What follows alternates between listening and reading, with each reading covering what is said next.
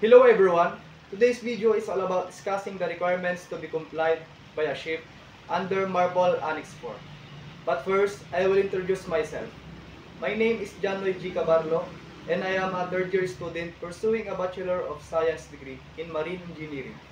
First, MARPOL Annex 4 is the prevention of pollution of sewage from ships. This annex discusses the shipboard source of sewage, equipment requirements for treatment plants or holding tanks, and rules for sewage discharge depending on the ship's distance from land.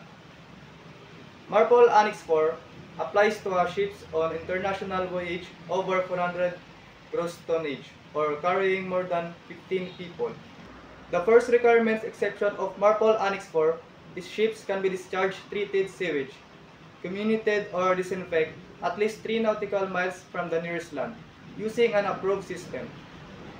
Discharge of sewage is prohibited except they have approved sewage treatment plants that treats sewage before disposal. Next is untreated sewage.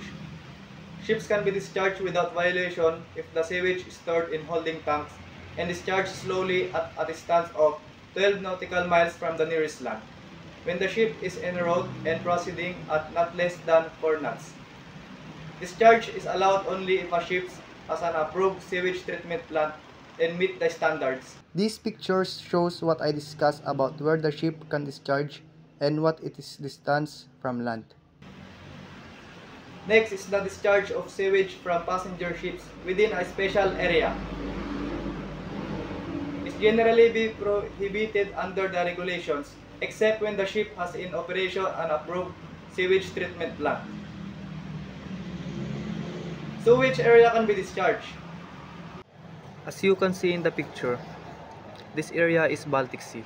The discharge of untreated sewage is prohibited in this area. The Baltic Sea area is the only special area under Annex 4. In this area, the discharge of untreated sewage is prohibited. Passenger ships operating in this area must use sewage treatment plants that meets additional nitrogen and phosphorus removal standard.